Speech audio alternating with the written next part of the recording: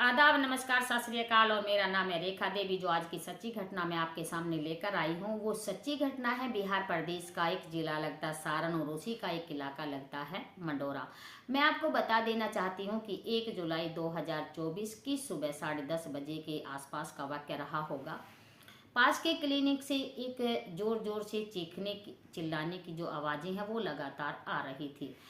Nursing home में काम करने वाले कर्मचारियों ने भी इस आवाज़ को सुना, लेकिन दूर दराज तक आसपास भी जिसने भी इस आवाज़ को सुना, सभी जो लोगों की भीड़ है दौड़ती हुई नर्सिंग होम के अंदर आती है। और जैसे भीड़ नर्सिंग होम के अंदर पहुंचती है तो वहां का दृश्य देखकर वो बड़े हैरान और चकित हो जाते हैं कि जो एक नर्सिंग होम के अंदर एक व्यक्ति बैठा हुआ था और उसके प्राइवेट पार्ट से लगातार बहुत ज़्यादा खून बह रहा था। वो खून से पूरी तरह लथपथ था। पास में एक महिला डॉक्टर बैठी हुई थी। जो लोग हैं वो इस जो लोगों की वहाँ पर भीड़ थी, कुछ लोग जो एकाध होते हैं वो इस खबर की सूचना पुलिस को देते हैं। पुलिस मौके पर पहुँचती है। पुलिस जैसे ही नर्सिंग होम में एंट्री करती है तो उस दृश्य को देखकर जो पुलिस के हैं होश खफा हो जाते हैं। उसके पैरों तले से जमीन निकल जाती है, क्योंकि वो दृश्य ही इस तरीके का इतना भयानक था कि वो नर्सिंग होम के अंदर एक व्यक्ति बैठा हुआ था और उसके प्राइवेट पार्ट से इतना ज़्यादा मतलब लगातार खून बह रहा था और पास में एक महिला डॉक्टर बैठी हुई थी। सबसे पहले जो पुलिस है उस दृश्य की जो वहाँ का माहौल था सबकी वीडियो बना देती है। दोस्तों, आपको बता दें कि ये 2 साल पहले कहानी शुरू होती है। कहानी शुरू होती है एक नर्सिंग होम से। वो जो महिला डॉक्टर एक नर्सिंग होम में जॉब किया करती थी, वो जॉब को छोड़ देती है और एक खुद का ही अपना क्लिनिक खोल लेती है। एक कमरा किराए पर लेती है और वहाँ का अपना नर्सिंग होम जो है खोल लेती है। पेशेंट आने शुरू हो जाते हैं, वो इलाज करना शुरू कर देती है। धीरे धीरे समय बीत रहा था और वो अपना जो उसका नर्सिंग होम है वो अच्छे से चल रहा था। जैसे जैसे समय बीता और समय के साथ साथ पेशेंट तो आ ही रहे थे, इसी बीच उस महिला डॉक्टर के क्लिनिक में एक जो राजनीति से जुड़ा हुआ पार्षद भी आता है। पार्षद जैसे महिला डॉक्टर को देखता है और महिला डॉक्टर को वो पार्षद अपना दिल दे बैठता है। और दिल यहाँ तक इतनी गहराई तक दे देता है कि उनमें आपस में जो है रिलेशनशिप में वो रहना शुरू करते हैं। 3 साल का समय बीत जाता है और वो जो महिला डॉक्टर है वो अपना 3 बार वो प्रेग्नेंट होती है। प्रेग्नेंट होने के बाद जो वो पार्षद है उस डॉक्टर महिला का गर्भपात भी करवा देता है।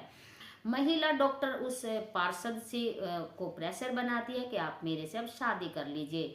पार्षद उस महिला डॉक्टर से कहता है कि अभी मुझे थोड़ा सा आप वक्त दे दीजिए, सब कुछ ठीक हो जाएगा। एक दिन ऐसा भी आता है कि जो महिला डॉक्टर है अपने घर वालों की सहमति से वो पार्षद से शादी करने कोर्ट मैरिज पहुंच जाती है। लेकिन जो महिला डॉक्टर है वो दुल्हन का जोड़ा पहनकर हाथों में मेहंदी लगाकर पूरी तरह सज धज के वो पार्षद से पहले कोर्ट में पहुंचती है शादी के लिए।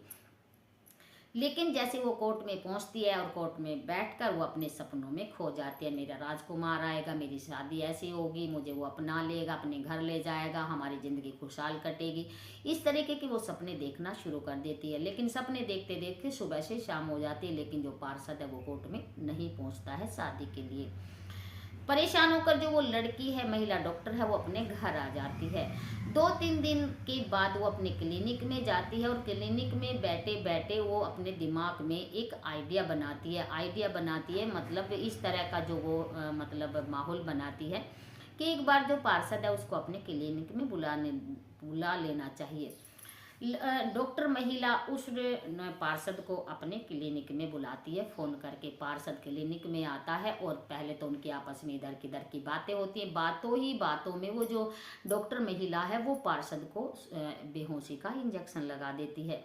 पार्षद वहीं पर अपना बिस्तर पर लेट जाते हैं। जैसे वो बेहोश हो जाते हैं, जो डॉक्टर है वो उसका जो पार्षद है उसका प्राइवेट पार्ट काट देती है। जैसे ही पार्षद को होश आता है तो वो जैसे होश आता है उसके पैरों तले से जमीन खिसक जाती है अपनी हालात को देख करके कि मेरे साथ ऐसे क्या हो गया। लेकिन वो जैसे अपनी हालात को देखता है वो चीखना चिल्लाना शुरू कर देता है। जिसने भी उसकी मतलब चीखने चिल्लाने की आवाज़ इतनी तेज थी कि वो धीमा ही नहीं हो रही थी।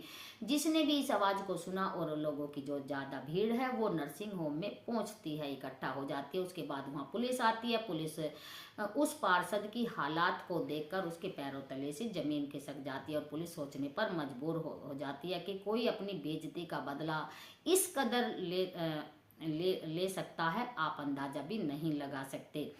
पुलिस पार्षद को थोड़ा इधर किधर के जो नर्सिंग होम थे इलाज के लिए वहां पर लेकर जाती है, लेकिन पार्षद की हालात गंभीर होने के कारण पार्षद को पटना के लिए रेफर कर दिया जाता है और उस महिला डॉक्टर के ऊपर जो है मुकदमा चलता है और पुलिस उसे गिरफ्तार करके कोर्ट में ले जाती है।